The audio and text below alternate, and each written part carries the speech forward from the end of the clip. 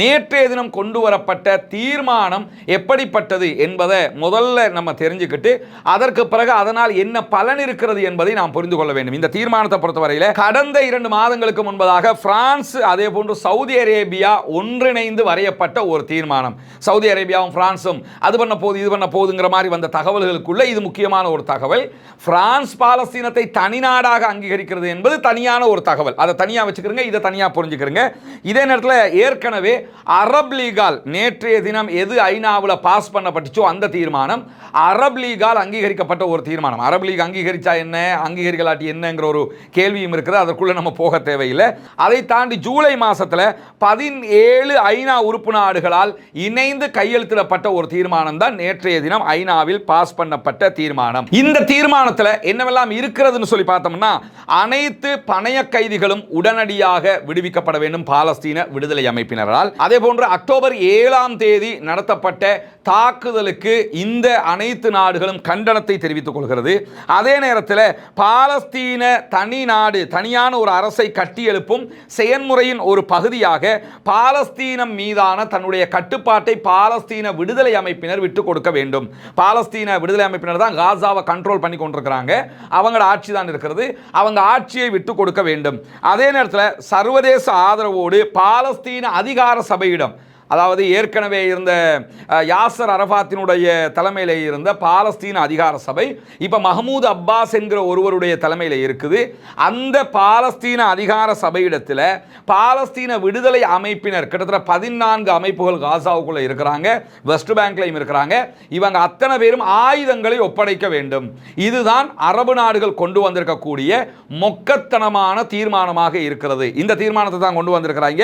இந்த தீர்மானத்துக்கே 10 நாடுகள் எதிர்த்து வாக்களித்திருக்கின்றன. 12 நாடுகள் வாக்களிப்பில் பங்கெடுக்கவில்லை என்கிற நிலையில் 142 நாடுகள் இதை ஆதரித்திருக்கிறது. சில இந்திய ஊடகங்கள், சில இந்திய யூடியூபர்ஸ் பேசியிருந்த பேச்சுக்களையும் எழுதியிருந்ததை கூட எனக்கு பார்க்க கிடைச்சது.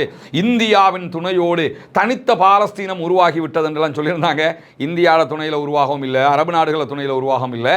இந்த தீர்மானத்தை பொறுத்தவரையில் இது மீடியா ஷோ காட்டுறதுக்கு நல்ல தீர்மானம் எதவிர மற்றபடி அப்படி பேப்பராக இருந்தால் சுருட்டி குப்பலை போடுறதுக்குரிய ஒரு தீர்மானம் தான் இந்த தீர்மானம். புரிஞ்சுக்கிறங்க. ஓட்டிங் ரிசல்ட் இதுதான். ஃபேவராக 142 நாடுகள், எகென்ஸ்டாக 10 நாடுகள், வாக்கெடுப்பில் பங்கு கொள்ளாமல் 12 நாடுகள். இதுதான் நேற்றைய தினம் நடைபெற்றது. என்ன தீர்மானம்ங்கிறதை நான் சொல்லிட்டேன். பாலஸ்தீன விடுதலை அமைப்பினர் ஆயுதங்களை கொண்டு போய் வெஸ்ட் பேங்க்ல இருக்கக்கூடிய பாலஸ்தீன அதிகார சபை என்கிற ஒன்றுக்கும் உதவாத இஸ்ரேலுடைய கால கழுவிக்கிட்டு இருக்கக்கூடிய மஹமூத் அப்பாஸினுடைய அந்த அமைப்புட்ட போய் என்ன பண்ணணும்னா, ஆயுதம் எல்லாம் கொடுத்து போட்டு நாங்கள் முட்டுக்கால நின்றுக்கிறோம், நீங்க எங்க மக்களை கொள்றண்டா கொள்ளுங்க, அழிக்கிறண்டா அழிங்க, இன்னைக்காவது ஒரு நாளைக்கு தனியான ஒரு பலஸ்தீன் சொல்லி ஒரு நாட்டை எப்பயாவது தந்தாங்கன்னா அப்ப நாங்க பார்த்துக்கிறோம் சொல்லி ஒரு முடிவுக்கு வரணும் என்பதுதான் இந்த தீர்மானம். அதாவது அமெரிக்காவும் இஸ்ரேலும் என்ன பேர்ல யுத்தம் பண்றாங்களோ, நாங்க யுத்தத்தை நிறுத்தணும்னா நீங்க ஆயுதத்தை கையில் கொடுத்துருங்க, நீங்க முட்டுக்காலிட்டு நின்றுக்கிறங்க, நீங்க ஓரமாயிரம் நாட்டை விட்டு வெளியே போயிடணும் தான் இஸ்ரேலும் அமெரிக்காவும் சொல்லி கொண்டிருக்கிறாங்க. சமாதானம் என்று வந்தாலும் அதுலேயும் இதைத்தான் சொல்றாங்க. அது அப்படியே ஐநாவுடைய தீர்மானம் என்று சொல்லி அரபு நாடுகள் எல்லாம் சேர்ந்து பிரான்ஸோட இந்த தீர்மானத்தை கொண்டு வந்து நேற்றைய நாளில் பாஸ் பண்ணியிருக்கிறாங்க. அதில் கூட இந்த தீர்மானத்தை எல்லாம் இந்த 10 நாடுகள் எதிர்க்க வேண்டிய அவசியம் கூட கிடையாது. ஏன்னா இங்கே எதிர்க்கிறதுக்கு ஒன்றுமே இல்லை. பாலஸ்தீனத்திற்கு ஃபேவராக எதுவுமே அதில் இல்லை. குறிப்பாக Israel, America, Argentina, Hungary, Micronesia, Nauru, அதே போன்ற Palau, Papua New Guinea, Paraguay, Tonga ஆகிய இந்த 10 நாடுகள். இந்த 10 நாடுகளில் இஸ்ரேல், அமெரிக்கா, ஓரளவுக்கு அர்ஜென்டினா, இந்த 3 நாட்டையும் தவிர்த்துட்டு பார்த்தீங்கன்னா மிச்ச எல்லா நாடுகளையும் இப்போ சில நாடுகள் இப்போ நான் பேர் சொல்லக்கள் தான் உங்களுக்கு நினைவுக்காகவும் அப்படி ஒரு நாடு உலகத்தில் இருக்கு போல அந்த மாதிரி இருக்கக்கூடிய நாடுகள், இந்த 10 நாடுகள் இதை எதிர்த்திருக்கின்றன என்கிறத நம்ம புரிஞ்சு கொள்ள முடியும்.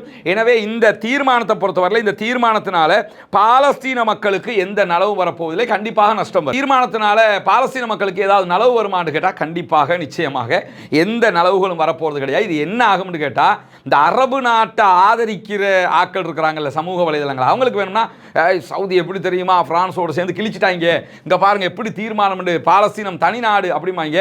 பாலஸ்தீனம் தனி நாடு என்பது ஐநாவினுடைய யூஎனுடைய ஜெனரல் அசம்பிளியில் பாஸ் ஆக வேண்டிய விஷயம் கிடையாது. அது எப்போ எங்கே பாஸ் ஆகணும்னு சொன்னால் யூஎனுடைய செக்யூரிட்டி கவுன்சிலில் பாஸ் பண்ணணும். செக்யூரிட்டி கவுன்சிலுக்கு வரும்போது தான் வெட்ட தெளிவாக அமெரிக்கா என்ன பண்ணுறாங்கன்னு கேட்டால் வீட்டோவை யூஸ் பண்ணிடுறாங்களே. கடைசியாகவும் அசர்பைஜான் இந்த தீர்மானத்தை கொண்டு வந்த தீர்மானம் செக்யூரிட்டி கவுன்சிலில் உடனடியாக வீட்டோ பவர் பயன்படுத்தப்பட்டு கேன்சல் பண்ணப்பட்டது. எனவே இந்த தீர்மானத்தில் நம்ம புகழ்வதற்கோ சந்தோஷப்படுவதற்கோ எதுவும் கிடையாது. இதனால் பாலஸ்தீன எந்த நலவும் கிடையாது. ஜஸ்ட் ஒரு தீர்மானம், சர்வதேசத்தை ஒரு காட்டுறதுக்கு பார்த்தீங்களா என்று கொண்டு வந்த தீர்மானம். பாலஸ்தீனம் தனி நாடாக அங்கீகரிக்கப்படுகிற தீர்மானம் கிடையாது. இது ஜெனரல் அசம்பிளியினுடைய தீர்மானம்ங்கிறத நீங்க புரிஞ்சுக்கிறீங்க. எந்த விதமான பவரும் இதுக்கு கிடையாது என்கிற நிலையில